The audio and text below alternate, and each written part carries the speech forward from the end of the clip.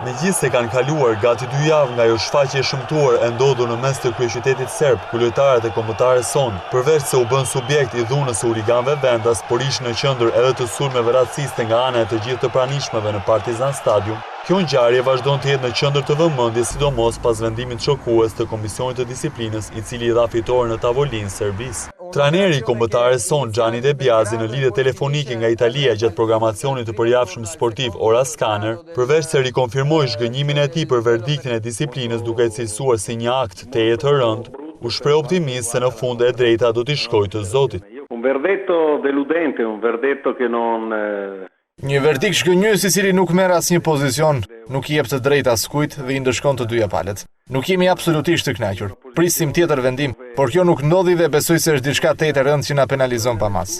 Tekniku i përfaqësueses Kuqezi theksoi se tani më e vetmja instancë e cila mund të na japë të drejtën absolute është arbitrazhi sportiv, pasi edhe apeli në shumicën e rasteve derivon nga Komisioni i Disiplinës. Sai benissimo che i piccoli alla fine sono sempre quelli che vengono bastonati. E dim shumë mirë që të vegjëlit janë ata që goditen gjithnjë.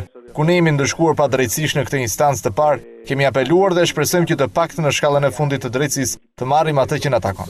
Me të vërtetë që shpresoj që racizmi dhe dhuna të merren në konsiderat dhe e drejta të shkojnë në vendin që i takon. Flas për arbitrazhin sportiv, për akasin, pasi nuk besoj se apeli do të ndryshojë gjë.